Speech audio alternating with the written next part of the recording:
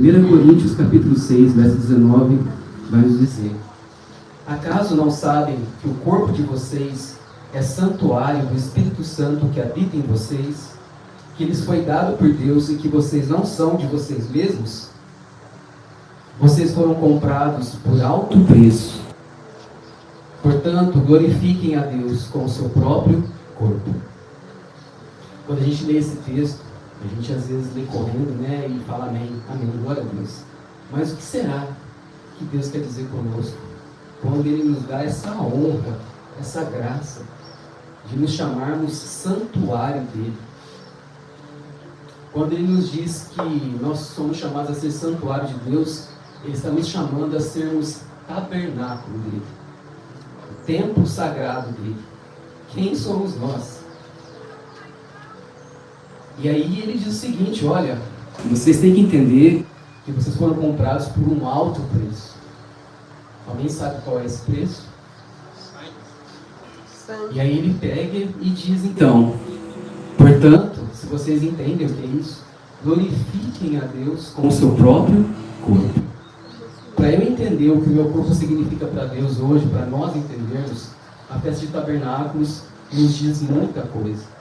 Muitas vezes nós estamos aqui há 3.500 anos depois que os eventos de tabernáculos aconteceram lá no deserto, e a gente pensa assim: isso não tem nada a ver conosco, né? Passou-se muito tempo, são novos tempos, nova história, Jesus já veio, glória a Deus, o Espírito Santo habita em nós, e nós estamos aí caminhando enquanto igreja. Mas para eu entender a dimensão disso, como diz o profeta Jeremias, no seu capítulo 6, 16, ele nos diz que nós devemos perseguir as veredas antigas, os caminhos antigos, perseguir o bom caminho. Sigam os bons caminhos e vocês acharão descanso. Quando Ele nos chama para poder olhar para trás, é porque às vezes a gente está olhando muito para frente, esquecendo a nossa história que começou lá atrás. A razão de estarmos hoje aqui, como eu falei da minha vida. Eu nunca vou entender a nossa razão de estarmos hoje aqui, todos nós, se nós não olharmos para trás. O que Deus planejou para a gente desde o princípio. Qual é a herança que Ele nos deu? O que já aconteceu durante a história para que a igreja se manifestasse hoje, viva, gloriosa, como habitação do Espírito Santo de Deus? A partir daí, então, nós vamos entender qual a principal função do Espírito Santo de Deus. Quando nós vamos para João, capítulo 16, 8, eu vou falando o texto aqui, muita coisa eu poderia dizer, mas eu vou ter que resumir, então eu vou tentar dizer de cabeça aquilo que eu repeti para o Pedro coloca para vocês, e vocês vão acompanhando, mas não percam o foco na mensagem, amém? Porque eu não gosto de falar por mim mesmo, eu gosto de falar pela palavra, amém? É a palavra quem diz. Então, quando a gente vai para João 16, 8, lá a palavra vai dizer que o Espírito Santo, quando viesse, ele iria nos convencer do pecado, da justiça e do juízo. E o que seria pecado? No Novo Testamento, João vai nos explicar na primeira carta de João, no capítulo 3, verso 4, ele diz que o pecado é a transgressão da lei. E aí muitos vão dizer assim: nossa, essa história de lei de novo, poxa, a gente está na graça. Calma, vamos trabalhar a história, vamos desenvolver o que o Senhor quer nos dizer. E aí, quando eu olho para a justiça de Deus, eu entendo que Deus, Ele tem uma lei que Ele nos apresenta, e essa mesma lei, antes de chegar em nós, chegou num povo. E aí a gente começa a nossa trajetória com tabernáculos. Quando a gente vai para o capítulo 25 de Êxodo, 25, Êxodo, verso 8, o Senhor vai pedir algo para o povo de Israel. Depois farão um santuário para mim, e habitarei no meio deles. Depois farão um santuário para mim, e habitarei no meio deles. A palavra santuário ali é mikrash em hebraico. A palavra mikrash significa tabernáculo, morada, habitação. Habitação. Quando Deus diz habitarei no meio deles, a palavra que Ele usa, o termo no meio deles, é a palavra betorren. Betorren significa muito mais do que meio deles, significa dentro deles. Dentro deles. Betorren. farão um santuário, uma habitação para mim, e eu habitarei dentro deles. Mas parece que o povo não entendeu muito bem, era muito profundo para eles, naquele tempo, há 3.500 anos atrás. Pedro, deixei um pendrive com a Maria, onde tem uma imagem do tabernáculo. Se você puder colocar para mim, por favor.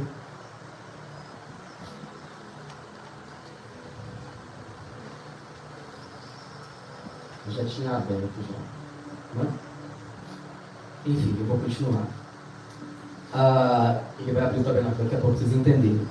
No tabernáculo, qual que era o propósito de Deus ao dizer que queria habitar no meio do povo, dentro do povo? Era mostrar para eles que existia uma trajetória que eles deveriam viver diariamente com Deus e que eles não estariam sozinhos ali. Então, Deus começa a trabalhar com esse povo, trazendo instruções para eles. E as instruções nada mais eram do que aquelas mesmas instruções, ou de maneira codificada, específica e detalhada, que ele havia dado desde o princípio para Adão, desde o primeiro pecado lá. Então, nós vemos que desde o primeiro pecado o ser humano estava fadado à morte. Por que fadado à morte? Porque ele desobedeceu a Deus, o nosso eterno, Deus Todo-Poderoso. E aí Deus era justo, sempre foi justo, ele é justo. E dentro da justiça de Deus, a palavra que ele lança não volta atrás, não volta vazia. Então Deus, para cumprir com a sua justiça, todo aquele que tivesse pecado contra a sua palavra, contra a sua instrução, mereceria a morte. Por isso que o autor de Romanos, Paulo, vai nos explicar em Romanos 6:23, que o salário, o preço, o pagamento do pecado é a morte. Certo? Isso desde o princípio. Não foi diferente para o povo de Israel no deserto.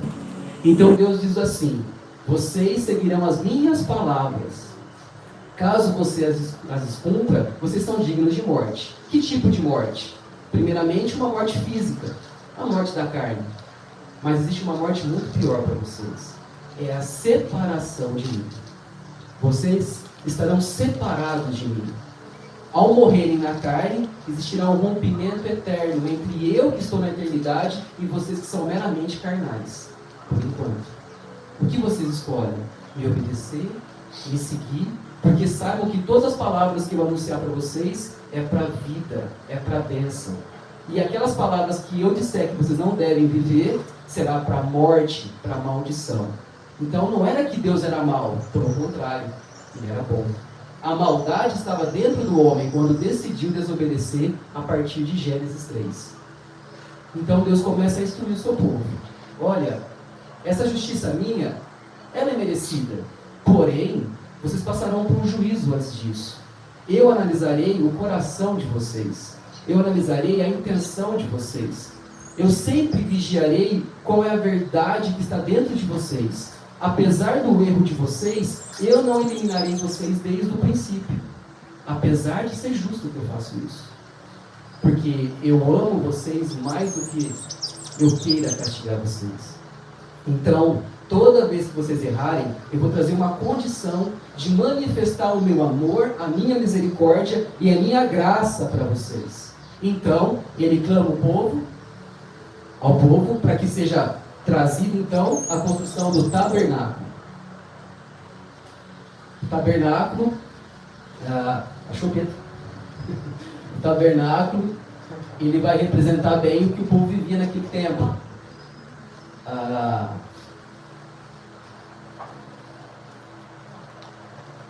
O tabernáculo, ele era composto das cabanas, que daí vem o nome, a festa de Sukkot, cabanas ou tendas. A festa dos tabernáculos é cabana ou tendas. Então o povo vivia no deserto, em cabanas e tendas, mas no centro do deserto, ou no centro do acampamento, existia a grande tenda de Deus, aonde ele pediu para o povo construir, para que ele morasse no meio deles, ou especificamente dentro deles.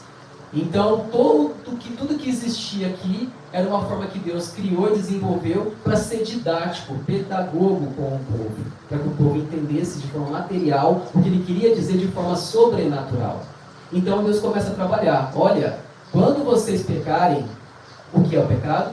quando vocês transgredirem as minhas leis, as minhas ordenanças, os meus mandamentos, as minhas palavras, então vocês são dignos de morte.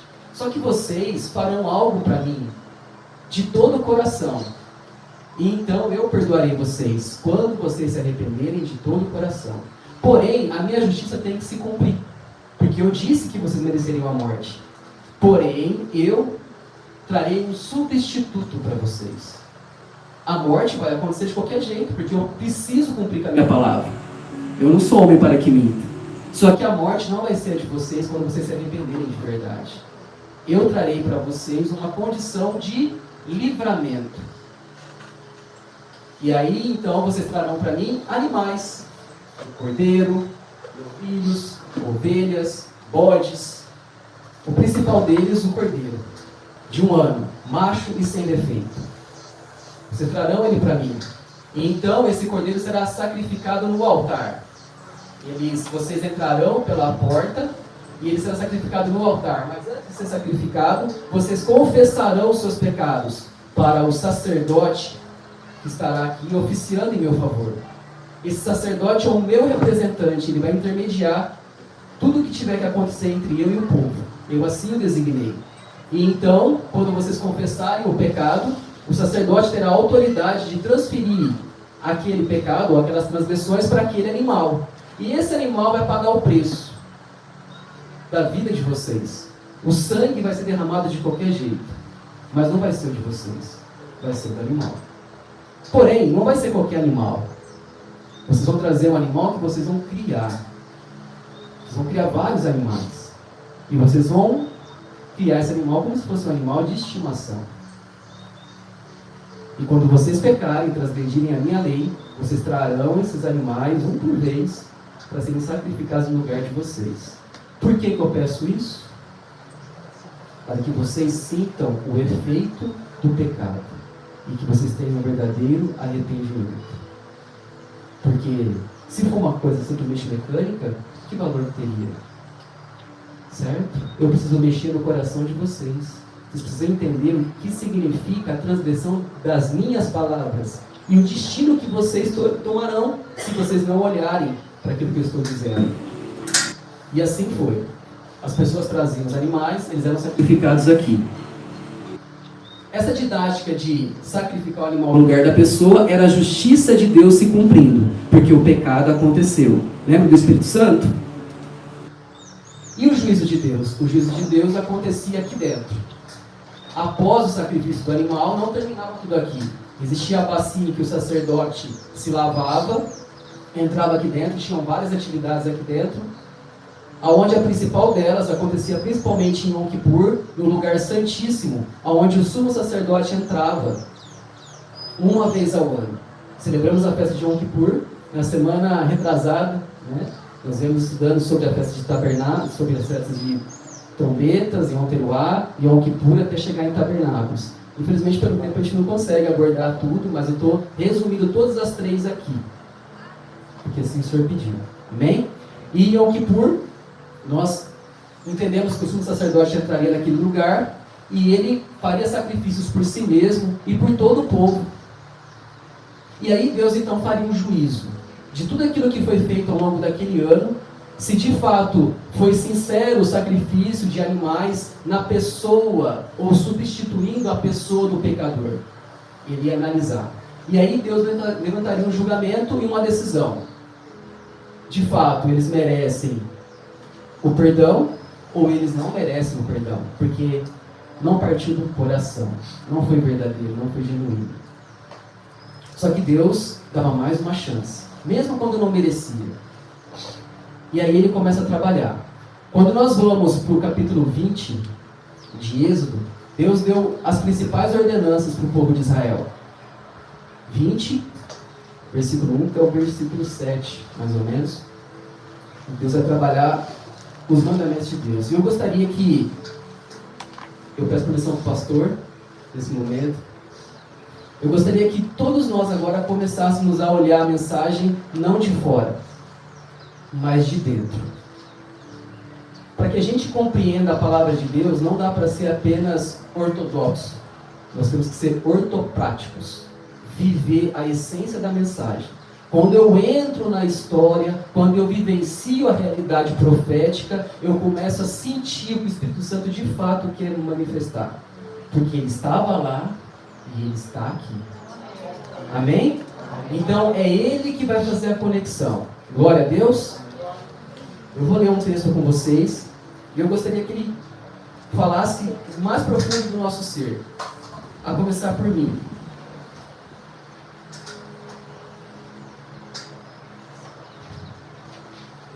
Eu sei que eu não ia pregar, mas eu gostaria que todos nós nos colocássemos na condição daquele povo lá, no tabernáculo, em cabanas, sendo sustentado por Deus. No calor existia uma nuvem que cobria aquele povo. No frio da noite, no deserto, existia uma camada de fogo que Deus cobria aquele povo para poder não morrer de frio. Ele trazia o alimento diariamente, o maná que caía do céu, milagre em cima de milagre. Ele trazia água da rocha, no meio do deserto. Ele trazia codornizes para o pessoal comer carne, porque eles reclamavam que não tinha carne. Ele sustentava eles todos os dias, não só com os alimentos naturais, mas acima de tudo, com o espiritual. No tabernáculo era o centro da graça de Deus atuando. Entende? Eu mereço morrer porque eu pequei. Porém a graça de Deus vem sobre mim e substitui a minha morte para um animal. Amém? Vamos ler então o capítulo 20 de Êxodo, a partir do verso 1. Vai dizer assim, são os 10 mandamentos ou 10 palavras, Devarim. Lá no original hebraico não está escrito mandamentos, está escrito palavras. Gravem isso. As 10 palavras do Senhor. Anohi Adonai Elohecha. Eu sou Adonai, teu Deus. Loi Ye Ira Elohim Natatse Ileha Fesel. Não faça para você deuses, ídolos. Não fabrique para você imagens esculpidas. Eu vou trazer resumido aqui por conta do tempo, mas vai ser o principal. Amém? Lo tcha et shem Adonai lashav. Não tome o nome de Adonai em vão. Zeror et yom hashabat lekat shov. Lembra-te do dia do Shabat para santificá-lo. Kabet et avihá veet imahá. Honra teu pai e tua mãe. Lotitsa, não assassine. Lotinaf, não cometa adultério. Lotignov, não roube. Lotane, verahá, et shakir, não responda ao próximo testemunho falso. Lotamod verhod leha, não cobice qualquer coisa do teu próximo. Quando eu olho todos esses mandamentos, eu começo a sentir a voz do Senhor que falava exatamente desse jeito com esse povo lá. Então esse povo, quando cometia essas transgressões, pegava o seu animalzinho e ia conduzindo. E no meio do caminho eles iam pensando, poxa, qual parte dos mandamentos que eu transgredi? Aqui nós estamos resumindo os 10 principais, mas tem muitos outros. Todo o Pentateuco, a Torá, que vai de Gênesis até Deuteronômio, certo? Prescrições de Deus. O povo ia refletindo nesses pecados.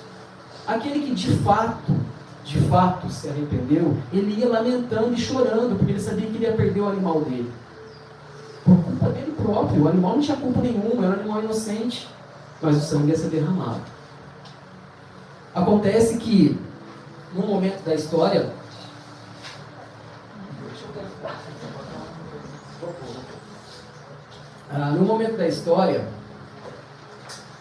esse povo é chamado a olhar para tudo isso como Abraão olhou. Agora eu queria que vocês olhassem como Abraão olhou, quando Deus chama ele. Abraão obedeceu ao Senhor, saiu da sua terra, para gerar esse povo aqui. E aí, Deus um dia fala para Abraão, Abraão, pega o seu filho, o filho da promessa, o seu primogênito, aquele que eu prometi, que demorou tanto para chegar, e você vai fazer algo para mim. Vá e sacrifique-o. O povo de Israel é chamado, então, a pensar como Abraão pensou, e a vivenciar o que Abraão viveu, para que eles entendessem que não era apenas um animal só. Deus estava pedindo algo maior para eles, para que eles entendessem a dimensão do pecado. Então, para a gente entender, nós temos que imaginar o pedido de Deus para Abraão. Se Deus, diante dessas transgressões, pedisse para nós, na condição daquele povo, naquele tempo, se nós estivéssemos lá, entrega o seu filho para mim, porque você pecou, e é justo que eu elimine você, mas eu não vou te eliminar, eu vou eliminar o seu filho. Você entende o que eu quero dizer para você com tudo isso? Você entende o quanto que a transgressão daquilo que eu te dei de mais sagrado é grave para mim? Às vezes, nós colocamos várias outras coisas na frente de Deus. O mandamento está resumido, mas quanto que Ele pode falar com a gente? Quantos ídolos a gente tem? Pessoas, coisas. Quanto tempo a gente tira para poder estar santificando a Deus? Nós colocamos um monte de objeções, várias coisas no nosso dia a dia para poder trazer uma desculpa que não dá, que eu não posso, os nossos afazeres são maiores. Que prioridade que Deus tem na nossa vida? Aonde que o Espírito Santo está falando conosco em relação ao pecado, à justiça e o juízo divino? Em que condição diária que isso percorre o meu interior, a minha mente, o meu coração? Em que momento que eu medito na palavra de Deus e entendo a profundidade disso? Imagine se Ele pedisse para você que não tem filho, mas se Ele pedisse a pessoa que você mais ama no seu lugar, para você entender a dimensão da gravidade que é o que você está transgredindo em relação aos olhos santos e sagrados de Deus. Se Ele pedisse sua mãe, o seu pai, o seu marido, a sua esposa, a pessoa que você mais ama, porque Deus te ama, mas Ele quer mostrar para você que é grave o que você está fazendo. Então Ele precisa pedir alguém que você ama, para você entender o tamanho do amor dele. Isso é insano para a nossa mente humana. Mas Deus precisa agir com profundidade para que a nossa teimosia e rebeldia venha à tona e a gente entenda o que Ele quer de nós. Não só para aquele povo há 3.500 anos atrás, mas para nós hoje aqui, enquanto Igreja do Senhor, com uma responsabilidade muito, mas muito maior. Porque o Espírito Santo nos chama a ser tabernáculo dele. Naquele tempo, a didática de Deus era a mesma, mas o povo não entendeu. Eles queriam ter um relacionamento com Deus, onde Deus estaria no meio deles ali de vez em quando, e eles continuam fazendo as mesmas coisas. Mas e nós? Nós estamos diferentes disso? Hoje, 3.500 anos depois, será que a gente está permitindo que a betorreno do Senhor, a plenitude dele em nós, de fato, esteja fazendo morada em nós e nos reconstruindo, como foi ministrado pela Kim aqui, de dentro para fora, costurando, pregando, amarrando um homem novo, uma mulher nova? Então, baseado nisso, quando eu olho para a palavra de Deus, eu entendo que esse Deus maravilhoso quer falar conosco algo muito mais profundo. Muito mais profundo. E aí, quando eu olho para o sacrifício de Jesus, eu entendo assim, nossa, mas era uma coisa óbvia que isso ia acontecer. Para aquele povo não era tão óbvio assim. Apesar de lá na frente virem as profecias, e às vezes, até hoje, muitos judeus, descendentes dos israelitas, também pensam como eles em vários pontos. Mas e nós que fomos alcançados por essa graça? Desde o princípio, desde o nosso nascimento, a gente consegue compreender a graça de ter isso aqui na nossa mão e entender toda a história do começo até o momento atual e até o final que nos reserva. Quando a gente entende que esse filho que Deus pediu para Abraão e que porventura pediria para nós hoje, sabe o que ele fez? Ele não sacrificou o nosso filho. Não sacrificou a pessoa que a gente ama. Sabe quem ele sacrificou? O filho dele. No princípio, esse filho dele era a palavra.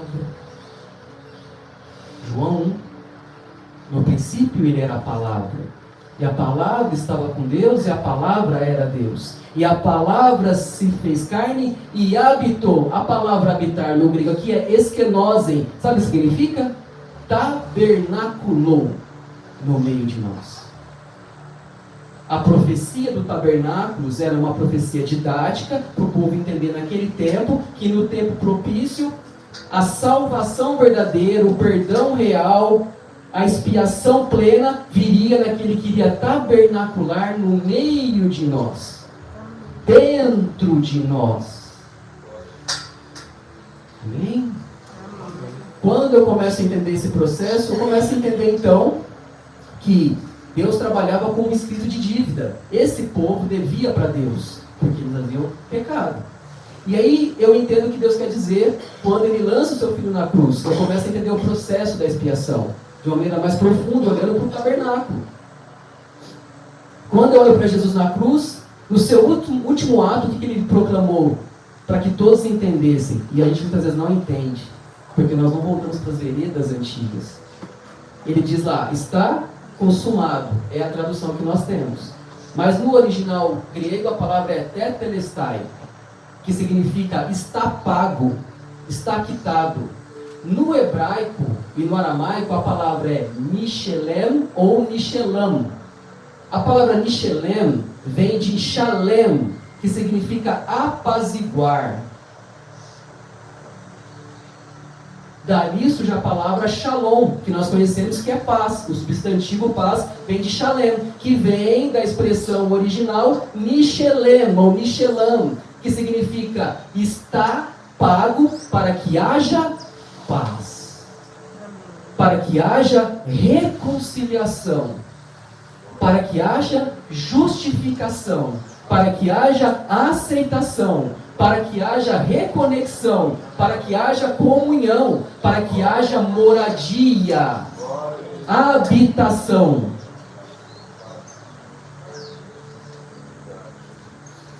Esse mesmo Jesus, que praticou tudo isso para nós, Ele fez tudo isso por amor. Porque Ele sabia desde o princípio qual era a trajetória dele.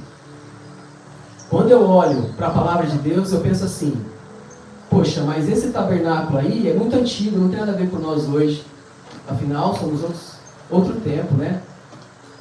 A base de Deus para poder fazer a sua justiça e proclamar o seu juízo era baseado na palavra dele, nos mandamentos. E a gente fala assim, não, mas os mandamentos ficou lá atrás, está no Antigo Testamento. Quando eu vou para Jeremias, capítulo 31, verso 31 até o 33, quando eu olho para o autor de Hebreus, Novo Testamento, Pedro, você pode abrir para mim, por favor?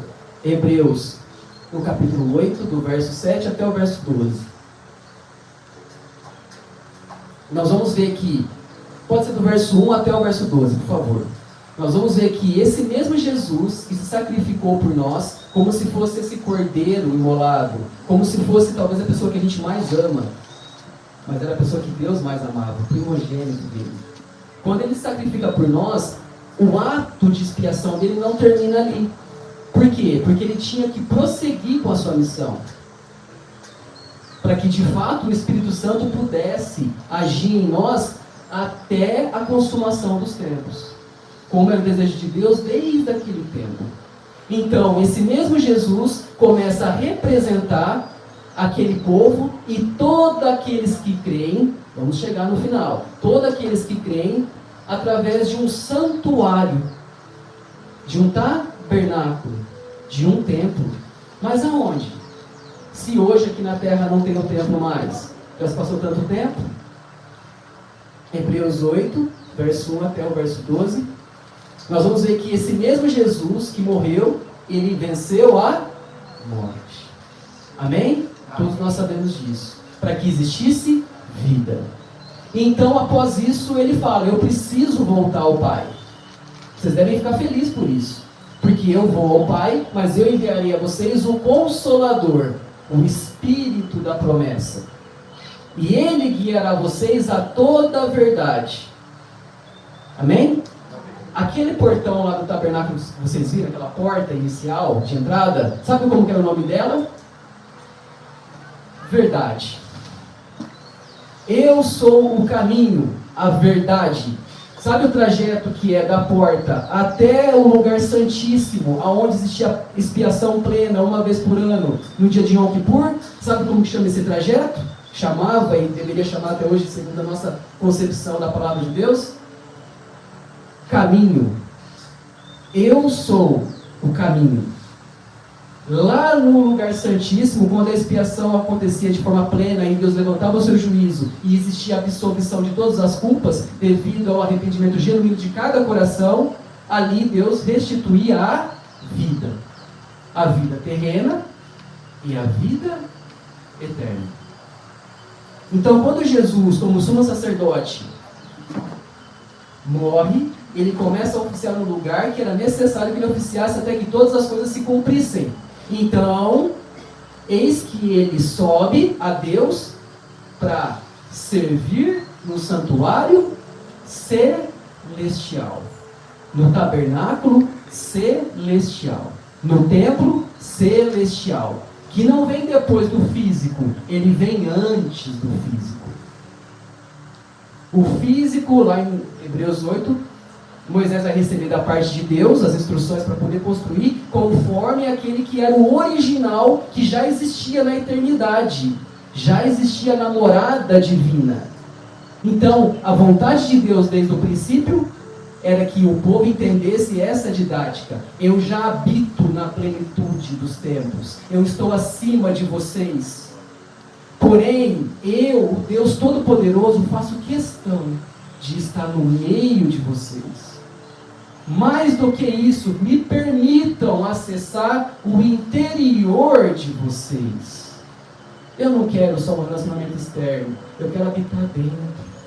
Eu quero transformar, eu quero convencer do pecado de vocês, da minha justiça, do meu juízo. Tudo isso consiste numa última palavra, que é a graça. Eu perdoo porque eu sou gracioso. Mas eu preciso que vocês entendam que vocês persistem no erro. E eu não quero isso para vocês. Porque eu quero que vocês tenham vida. Vida eterna. Eu insisto em vocês. Não é por vocês. Eu insisto em vocês. No interior de cada um. Voltem para mim. Olhem aonde está acontecendo o erro. A transgressão. Entendam a minha justiça e o meu juízo. Essa é a missão do Espírito Santo. Ele não atua hoje? Então isso não é do passado, é para agora. Quando a gente entende essa mensagem, nós começamos a entender então o que Deus falou com Jesus, Deus falou conosco, para que Ele oficiasse em nosso favor. E então nós vemos o quê? Que a nova aliança é estabelecida após tudo isso. E aí começa a nossa história. Ou não? Talvez não. Porque a palavra nova aliança, de Hebreus 8, a partir do verso 7 até o verso 12, nós vamos ver na palavra que a palavra no original é Brit Hadashah. Brit Hadashah não é necessariamente nova aliança, mas é uma aliança renovada. Brit, aliança. Hadashah, renovada, vem de Redush, que é renovo. Então não é uma outra aliança, como foi ministrado hoje aqui, não é outro vaso, é o mesmo vaso, é a mesma tábua de pedra. Só que agora ela é diferente. Essa nova aliança não é baseada apenas numa lei externa que estava em pedras, ou em papel, ou em papiro. É a mesma aliança que foi renovada porque o povo não foi capaz de entender a dimensão da santidade de Deus. Então o povo olhava para a lei, tentava cumprir ou não tentava, e vivia o sacrifício diário ali como se fosse uma coisa mecânica. Alguma identificação com a gente, às vezes, é mera coincidência. 3.500 anos depois. E aí, então, Deus faz o quê? Olha, por amor a vocês, como diz o autor aqui da palavra de Hebreus, ele vai dizer que a nova aliança é os mandamentos de Deus, a lei de Deus, no interior do homem. Ela não está mais fora, ela está dentro. Vocês estão entendendo o processo do Espírito Santo? O Espírito Santo é aquele que vem... Abre para mim, por favor, Pedro. Êxodo 36, no verso 26 ao 27. Profecia de Ezequiel 36, 26, 27. 36, 26, 27. Vai dizer assim... Ezequiel. Eu falei errado? Falei Êxodo? Me perdoe. Ezequiel 36, 26. Me perdoe. Já vai terminar. É só uns minutinhos. É difícil falar de tabernáculos porque tabernáculos envolve todas as escrituras. Não é uma festa. Não é apenas uma festa. É um tempo determinado para as pessoas, para o povo de Deus entender tudo isso que a gente está falando. De forma muito resumida, mas não é para entender, é para viver. Então é difícil falar de forma simplória. Amém? Ezequiel 36, 26 vai dizer assim: porém o meu espírito no interior de vocês. Que espírito que é esse? E os levarei a agir segundo os meus estatutos e obedecer fielmente às minhas ordenanças.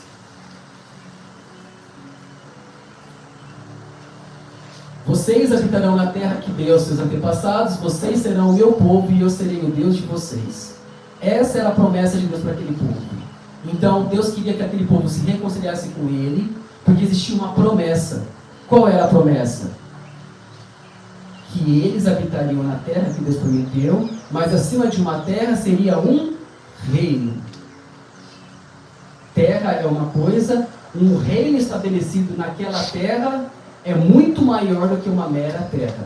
O chamado para Israel desde lá de trás, para o povo israelita, está em Êxodo 19, no verso 4 ao verso 6. Deus chama aquele povo, desde que eles fossem obedientes à sua palavra e fiéis à sua aliança, como um reino de sacerdotes, povo santo, nação santa, povo eleito, reino de sacerdotes.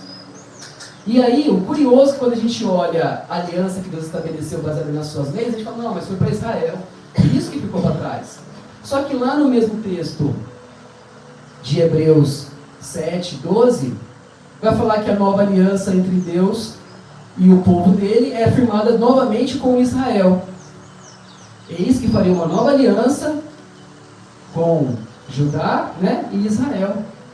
E aí a gente pensa, poxa, eu acho que Deus esqueceu da gente, não é? Tem alguma coisa errada, porque nós somos gentios. Nós não temos nada a ver com isso. Nós somos a igreja gentílica, nós estamos fora dessa história. Nós estamos muito além, porque nós já temos Cristo, nós temos o Espírito Santo. Mas olha o trabalhar de Deus com o Espírito Santo e a didática desde lá de trás. Será que ele não queria falar com Israel? Porque no tempo propício, outros seriam alcançados, segundo a mesma promessa que ele deu para o pai Abraão? Abraão, pela sua fidelidade a Deus, foi imputado, segundo a sua fé, a sua obediência, o quê? Uma pessoa justa. E aí Deus promete para Abraão: eis que farei de você não apenas uma grande nação, porque o nome Abrão ou Avram significa pai de uma nação, pai de Israel, os descendentes de Abraão de sangue, de carne. Mas Deus muda o nome de Avram ou Abram para Abraão, Avraham, após provar a fé de Abraão. E ele fala: você não será apenas pai de uma nação, você será pai de muitas nações, de muitos povos. A promessa, a aliança, seja a primeira ou seja renovada, é a mesma. É a mesma. O que é ser igreja? A palavra tabernáculo, nós estudamos recentemente no podcast isso, ela é usada em outros momentos na Bíblia como a palavra carralo. Sabe o que significa carralo? Congregação, reunião, assembleia. Dessa expressão lá do Antigo Testamento, vem o termo grego para a igreja no Novo Testamento, que é eclésia. Que significa o quê? Reunião, congregação, assembleia. Quando Jesus diz assim: olha, eu farei, através dessa mensagem de Pedro, né, que reconheceram como Messias, ele fala assim: olha, sobre essa pedra, se referindo a ele também, e direcionando uma noção clara aos discípulos, sobre essa pedra edificarei a minha igreja. A minha igreja. Não é que a igreja surge no meio dos gentios, porque quem estava ali eram os judeus. Era o mesmo povo de Israel. Ele estava falando com os judeus. Sobre esses discípulos, sobre vocês que estão crendo, sobre mim, que sou o Messias de Israel, eu edificarei a minha congregação, a minha carral. A congregação do meu povo, a congregação, a reunião do povo de Deus, está centrada nisso. Em crer que Deus não mudou. E que Ele permanece sendo o mesmo, do princípio até o fim. A palavra lançada não é uma palavra igual de ser humano. É uma palavra que é lançada e ela jamais voltará atrás. Ela tem uma revelação natural, exponencial, por toda a eternidade. Então, por que eu estou dizendo tudo isso? A gente pensa assim, não, mas isso aí é uma doutrina. Não. Isso é Bíblia. É Bíblia. A doutrina, ao longo dos séculos, foi desenvolvendo uma ideia de que nós deveríamos ficar longe de todas essas coisas. E aí a gente não entende quando a gente fala que nós somos a habitação do Espírito Santo e ele vem para convencer do pecado, justiça e juízo. O que é isso? Que juízo? Jesus já morreu por mim, glória a Deus. A graça, ela atua desde o princípio, mas essa graça do princípio lá do tabernáculo, do povo no deserto, não tinha condição de mudar a consciência deles. Não mudava o interior. Era uma didática necessária para que existisse expiação do pecado, mas era apenas uma cobertura da transgressão. Não mudava o interior. Não mudava o interior. Pedro, por favor, abre para mim. Já estamos terminando, prometo. Mateus, vamos deixar o nosso Senhor falar. Mateus, capítulo 14, do verso 15 ao 26. Vamos ver o que o Senhor nos diz. Amém? Já estou acabando. Mateus 14, do verso 15 ao 26. Ao cair da tarde, os discípulos aproximaram-se dele e disseram: este é um lugar deserto e já está ficando tarde. Perdão. João 14. Errei pela segunda vez o texto. João, me perdoe. Às vezes depois vocês precisam ler esse texto em casa, que Deus quer falar. João 14, 15 ao 26. Eu penso um monte de coisa aqui, é difícil. João 14, 15. Se vocês me amam, obedecerão aos meus mandamentos. E eu pedirei ao Pai, e Ele dará a vocês outro conselheiro, que esteja com vocês para sempre. O Espírito da verdade. O mundo não pode recebê-lo, porque não o vê nem o conhece. Vocês, porém, o conhecem, pois ele vive com vocês e estará em vocês. Não os deixarei órfãos, voltarei para vocês. Promessa? Dentro de pouco tempo o mundo não me verá mais. Vocês, porém, me verão, porque eu vivo, vocês também viverão. Promessa de ressurreição, amém? Naquele dia, compreenderão que eu estou no meu Pai, que vocês estão em mim e que eu estou em vocês. Quem tem os meus mandamentos e lhes obedece é o que me ama. Então, quem é que ama a Deus? Vamos pausar um pouquinho aqui. Quem é que ama a Deus, que ama a Cristo? Existe uma condição? Parece que sim, parece que não. Não é verdade? Parece que sim, parece que não. É uma obrigação a gente amar a Deus? É obrigação? Depende. Como que o amor a Deus, o amor a Cristo, flui em você? Se o amor a Deus, o amor a Cristo, para poder viver os seus mandamentos, é algo penoso, é algo difícil, é algo massacrante, pesado, é porque a gente não entendeu o amor dele. Para eu chegar nesse texto, onde o próprio Cristo está falando conosco, abertamente, claramente, eu tinha que voltar lá atrás. Tabernáculos. Para eu entender o processo do amor de Deus, que não mede esforço, para que a gente entenda o plano de redenção dele. Se eu entender o quanto que ele é misericordioso comigo todos os dias, porque será que esses mandamentos aqui foi só para Israel? Será que é só eles que erravam com esses mandamentos aqui? Essas leis que eu li em hebraico aqui, seguir a voz do Senhor, era só para ele? Só para eles? Será que só eles que ficaram lá transgredindo os mandamentos, eles são dignos de justiça, de juízo? Para nós não.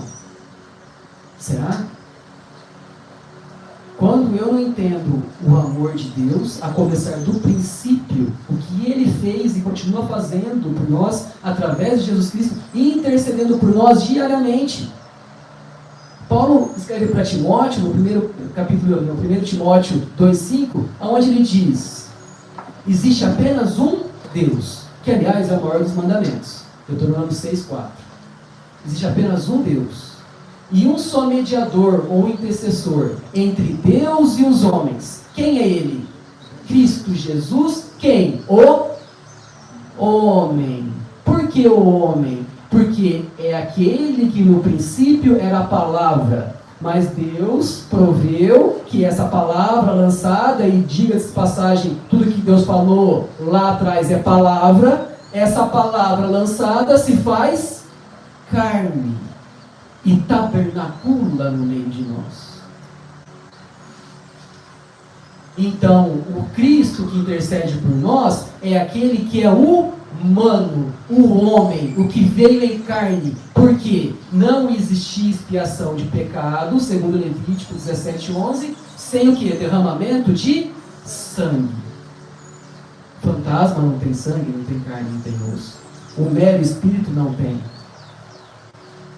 Quando diga-se de mero, eu estou dizendo que o espírito transcende a carne. E quando eu digo isso, o que eu quero falar com essa informação tão importante? Que Jesus, Ele fala: se vocês me amam, porque vocês entenderam o que eu fiz por vocês, o que meu Pai faz por vocês, vocês obedecerão os meus mandamentos. E eu vou continuar agora. Aquele que me ama será amado por meu Pai, e eu também o amarei e me revelarei a ele. Quem recebeu a revelação de Cristo aí? Se Jesus está se revelando a cada um de nós, e esse é o desejo maior de Deus todos os dias, essa mensagem não pode ficar parada em doutrina. Eu tenho que entender o processo da redenção de Deus e a ação do Espírito Santo diariamente dentro do meu ser, me convencendo daqueles 3 pontos lá, para que eu entenda o amor de Deus, para que enfim eu esteja liberto para poder amar. Viver mandamento de Deus, ou a palavra de Deus, jamais será por obrigação. Não queira viver por obrigação, senão você vai ser uma pessoa legalista. Entenda a plenitude da graça de Deus, através dos mandamentos de Deus e a misericórdia divina agindo em Cristo. Então você viverá a palavra dentro de você. A lei de Deus, os mandamentos, a palavra está dentro. Por que dentro? Porque quando estava fora, o povo não conseguia obedecer. Desprezava o amor de Deus. O que Deus faz? A graça é o quê? É o lançar do Espírito de Deus, da sua palavra, da sua essência, dentro do ser humano. Como Ezequiel diz, para que o Espírito seja o quê? Capaz de transformar o nosso coração. O nosso interior, a nossa essência, a essência divina que é sobrenatural, passa a agir em nós de forma o quê? Natural. Então Jesus vem e se revela a nós, porque então existe uma comunhão perfeita. Então Judas, não Iscariotes, disse: Senhor, mas por que te revelarás a nós, não ao mundo? Ele faz uma pergunta: por que só nós? Será que está perguntando para a gente também? Jesus respondeu: se alguém me ama, obedecerá a minha palavra. O meu Pai o amará, olha a condição, o meu Pai o amará, e nós viremos a Ele e faremos nele morada. Mas não é o Espírito Santo que mora em nós, que nos convence, que atua em nós? É só o Espírito? Ou o Espírito é Deus e Cristo?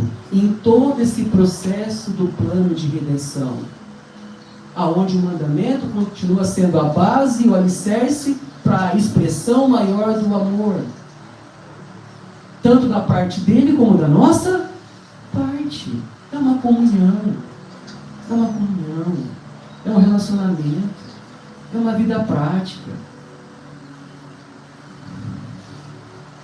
Aquele que não me ama não obedece às minhas palavras.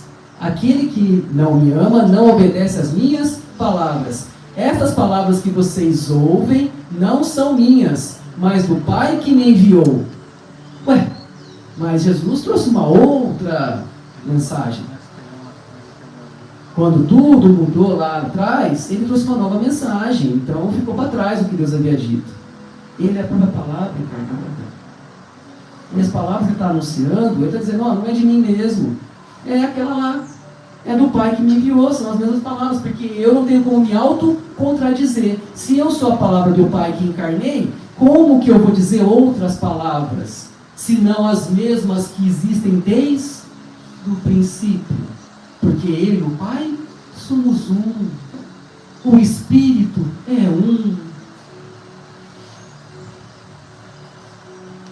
Tudo isso tenho dito enquanto ainda estou com vocês. Contudo, o Conselheiro, o Espírito Santo que o Pai enviará em meu nome, ensinará a vocês todas as coisas e fará que se lembrem de tudo o que eu disse. O Espírito Santo quer ensinar e lembrar de tudo que foi dito por Jesus há 2000 anos atrás? Não, desde o princípio. Porque no princípio ele já era a palavra. Ele já era a palavra. No princípio a aliança já estava formada. A nossa desobediência e rebeldia faz com que a misericórdia e a graça de Deus atuem em nós. Pelo sangue de Jesus nós somos lavados. O último texto, prometo que é o fim, só para poder conectar com tudo. Vamos abrir em Efésios, capítulo 2, verso 11 até o 22. Eu só vou ler o texto e a gente vai terminar. Prometo. Efésios, capítulo 2, verso 11, vai dizer assim: portanto, lembre-se de que antes vocês eram gentios por nascimento. Identifica com alguém? Gentil por nascimento. E chamados incircuncisão, ou seja, não eram circuncidados, como os judeus eram, certo? O prepúcio do órgão sexual masculino. Nascimento é chamado circuncisão pelos que se chamam circuncisão, olha lá. Vocês entenderam o que é circuncisão? Alguém sabe o que é circuncisão ou não sabe? Amém? Prossigamos. Feita no corpo por mãos humanas. Circuncisão era feita por mãos humanas. E que, naquela época, vocês estavam sem Cristo. Ele está falando com quem? Com os judeus ou com os gentios? Com os gentios. Naquela época, lá atrás, vocês estavam sem Cristo, separados da comunidade de Israel. Ué, mas e aquele povo do deserto, quem que era? Era a comunidade de Israel? Era eles que carregavam a aliança? Eram eles. Nós estávamos, antes de conhecer a Cristo, separados da comunidade de Israel, certo? Sendo estrangeiros quanto às alianças da promessa. Ué, tinha promessa para aquele povo lá? Reino dos sacerdotes, vida eterna. Tinha promessa para eles? Tinha. Nós, enquanto estrangeiros ou gentios, estavam o quê? Alheios às alianças da promessa. Nós não tínhamos uma aliança firmada conosco. Existia uma promessa para eles. E nós? Não, nós não tínhamos. Sem esperança. Por que sem esperança? Porque o nosso destino era a morte. Porque alguém aqui deixou de pecar algum dia? Afinal, o que é o pecado? A gente pode achar diversas coisas sobre o pecado, a nossa opinião pessoal, conceitos morais, éticos. O pecado é o que Deus disse como pecado. É o que a sua palavra anunciou como pecado. É baseado naquilo que Ele disse, que a sua justiça se cumpre e seu juízo é estabelecido. E seu amor reconstrói. Amém? Sem esperança e sem Deus no mundo. Por que sem Deus no mundo? Porque os gentios do tempo de Paulo eram aqueles que viviam numa vida de paganismo, totalmente alheios a um único Deus, o Deus que se manifestou para um povo primeiramente. Qual povo? Comunidade de Israel, os descendentes de Abraão. Amém? Agora, porém, em Cristo Jesus, vocês que antes estavam longe, foram aproximados do quê? Da comunidade de Israel, das promessas, não é isso? Das alianças, e de quem? Do próprio Deus. Vocês que estavam separados, distantes, agora em Cristo, vocês estão sendo aproximados. Por quê? De que forma? Pelo sangue. Mudou a forma de expiação? Ela é muito mais perfeita. Por que ela é perfeita? Porque aquele que não tinha pecado algum derramou o seu sangue não só para a comunidade de Israel, mas para todo aquele que estava distante, fora, separado. Todo aquele que, estando nessa condição, olhou para a palavra de Deus e creu na promessa do Filho de Deus, do próprio Deus, da ação bendita do Espírito Santo no interior de cada um, trazendo regeneração, purificação, expiação e reconciliação. Pois Ele, Cristo Jesus, é a nossa paz, o qual de ambos quem? Gentios e judeus, Israel, o qual de ambos fez um só, e destruiu a barreira, o muro de inimizade. Tinha inimizade? Tinha. Porque os judeus lá de trás, quando receberam as promessas e a aliança firmada com eles, o que eles falaram? Somos o único povo digno de salvação. Esse Deus é só nosso. Os gentios vão perecer, porque eles estão alheios a todas essas promessas. A aliança é nossa. Então eles foram desenvolvendo várias doutrinas, várias regras humanas, várias leis rabínicas dentro do povo de Israel. E a gente continua. Jesus anulando no seu corpo a lei dos mandamentos expressa em ordenanças. O que Jesus anulou? A lei dos mandamentos expressa em ordenanças. Sabe qual que é a palavra ordenança no original ali? É dogma. O que é um dogma? A tradução, infelizmente, não apresenta a expressão do grego original. Dogma é uma doutrina ou um decreto estipulado por homens. Por exemplo, um decreto municipal. Um decreto foi feito para regular certas coisas na cidade, para os munícipes seguirem aquele regramento. Certo? É um dogma, um decreto, mas que vem de homens. Então, essa expressão que está usando aqui o autor de Efésios, Paulo, ele está falando assim, olha, existe inimizade entre vocês, gentios, e os israelitas. Por quê? Porque eles levantaram e desenvolveram ao longo desses séculos todos doutrinas que separavam vocês. Isso não era da parte de Deus, nunca foi. Nunca foi. Vocês criaram isso, ou os judeus criaram isso, mas vocês, que eram de fora, agora estão se aproximando, através de Jesus. O objetivo dele, de Cristo, era criar em si mesmo, no seu próprio corpo, em si mesmo, dos dois, um novo homem, e assim estabelecer a paz, Michelem, ou Shalom, certo? E reconciliar com Deus os dois em um só corpo, por meio da... Qual é o instrumento da graça de Deus? A cruz. Quando a gente pega o tabernáculo, o pastor já pregou uma vez aqui, ele trouxe uma imagem, onde lá no tabernáculo era formado as tribos, onde o tabernáculo estava no centro, as cabanas, e quando você olha a disposição que Deus regulamenta para Moisés, a gente vê nitidamente o tabernáculo no centro e o contorno, o desenho daquele tabernáculo onde as tribos estão envolvidas, do lado direito, do lado esquerdo, em cima, embaixo, forma nitidamente uma cruz. A tribo de Judá mais embaixo, que era maior, e aí vem alongada aquela parte maior da cruz, o tabernáculo no meio, a tribo menor aqui, e mais outras duas por iguais, na direita e na esquerda. Certo? 12 tribos. 4, 3, 6, 9, 12. Cada tribo num canto do deserto, onde o tabernáculo era o centro da vontade de Deus, o centro da graça de Deus. Amém? Então a cruz é o caminho, o instrumento pela qual ele destruiu a inimizade. Pode ser que eu esteja falando um monte de coisa aqui que não tenha nada a ver para muitos. Mas falar de tabernáculos é ministrar aquilo que o Senhor me pediu. Se existe alguma inimizade entre nós e Deus, entre nós e o Senhor Jesus, entre nós e o Espírito Santo, entre nós mesmos, Entre nós e aquele povo, entre aquele povo e nós, entre nós e qualquer nação.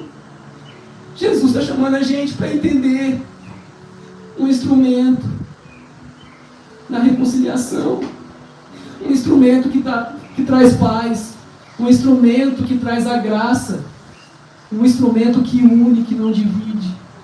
Aonde consiste a nossa inimizade? Aonde consiste o nosso preconceito? Aonde consiste a nossa rebeldia? Por quê? Por que a gente continua assim? Por que a gente não aceita a palavra como ela é e desconstrói a muralha que foi derrubada ali por Cristo? Cristo derruba a muralha, sabe o que a gente faz? Sejam judeus, gentios ou qualquer um que esteja tentando entender as coisas ou vivendo uma coisa alheia à palavra, infelizmente, reconstrói a barreira. Nós estamos reconstruindo muros, levantando novos dogmas. Tudo que Cristo fez não tem a sua função propícia e plena se a gente continuar levantando muros dentro da igreja, fora da igreja, na nossa casa, aonde nós estivermos. Não somos um em Cristo. O propósito não se perdeu. Nós é que nos perdemos no propósito. É o mesmo, desde o princípio. Deus tinha um processo para desenvolver para que nós fôssemos alcançados. Romanos 11, Paulo vai explicar que nós, os gentios, ou a igreja gentílica, que Deus chama de um só com eles, não é gentil mais, eles não são estrangeiros mais, pela fé. No plano espiritual não tem a ideia de gentio e judeu, é uma coisa só em Cristo Jesus. O reino é único, a promessa, a aliança é a mesma. A destinação do reino sacerdotal é para todos aqueles que creem. A palavra é a mesma. Ela não mudou porque o Deus é um só, o Espírito é um só e Cristo é um só. Eles todos em unidade, não conosco, mas em nós. É um conosco que a gente fala, que não é um conosco andando de lado só, como era em Gênesis, já era demais, era maravilhoso. É um conosco que anda dentro, que nos move a viver o que Ele quer, o que Ele precisa que nós queiramos, não porque Ele é caprichoso, mas porque é o que nos conduz à vida. A graça de Deus nos faz entender o que é a lei que nós transmitimos, mas é uma graça que opera em nós, para que nós não permaneçamos no pecado. E ela nos auxilia a vencer as nossas fraquezas. Por isso que o autor de Efésios, Paulo, no capítulo 1, no verso 13 ao 15, vai dizer que o Espírito Santo é o penhor, a garantia da nossa herança. Que herança! Será que uma mera terra, uma mera casa, um mero carro? Que herança! O testador precisava morrer para ter herança. Existe herança de pessoa viva? Não existe! A herança já foi dada para nós. Que hora que a gente vai parar de construir muros em cima de muros? E aceitar o que Deus está falando? O Espírito Santo está falando desde o começo. Ele vai continuar falando até o fim, porque a herança já nos foi entregue em Cristo Jesus, e o Espírito Santo é aquele que a garantia. O que é uma garantia? É aquele que está dentro e fala: olha, eu estou com vocês. Eu estou com vocês. Eu entendo toda a sua condição carnal. Sabe por quê? Porque Cristo veio em carne. Então Ele sabe quando você está com dificuldade. Ele sabe quando você não consegue. A diferença é que Ele venceu. Ele não caiu. Ele não pecou, mas Ele entende a dificuldade, Ele entende a tentação, Ele entende. Mas sabe, além de entender, sabe o que Ele fala para nós? Não se preocupe, não tenha medo, porque eu estou com você até os últimos dias. O Espírito Santo já veio, Ele já é o penhor.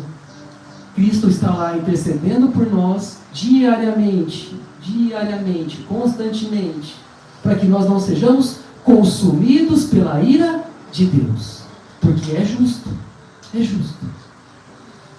Mas a misericórdia de Deus ela ultrapassa o juízo, segundo Tiago nos ensina na sua carta, capítulo 2. A misericórdia de Deus prevalece ao juízo, porque Deus é amor. Mas Ele também é um grande pedagogo, um grande educador. E Ele continua usando a mesma didática. Só que agora não é uma didática incompreensível, difícil de entender. É uma didática que atua dentro de nós. A nossa parte é só deixar o coração ser transformado pelo Espírito Santo. Amém. Como mesmo o profeta Ezequiel disse para a gente: deixai o coração de pedra e colocai e permitir que o coração de carne venha sobre vós. Então vocês verão todas as minhas ordenanças, os meus preceitos. Vocês verão isso naturalmente. Porque o final de tudo é a glorificação. Amém? No final nós estaremos na presença dele, habitando junto com ele, como ele já habita em nós hoje.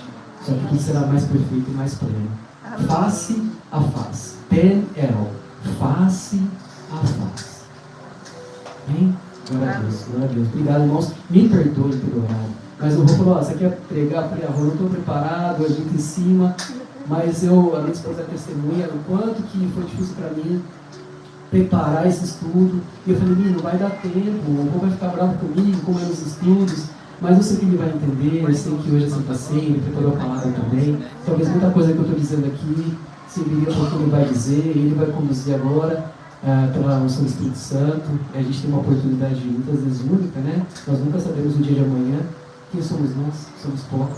Então, essa oportunidade que foi dada, eu sei que foi pela ação de Deus, por esse tempo propício da festa, tempo determinado de Deus, e eu espero que tenha engrandecido o entendimento de vocês, edificado a fé de cada um, como me edificou e continua me edificando. Amém? Glória a Deus. Obrigado pela atenção de todos. Amém?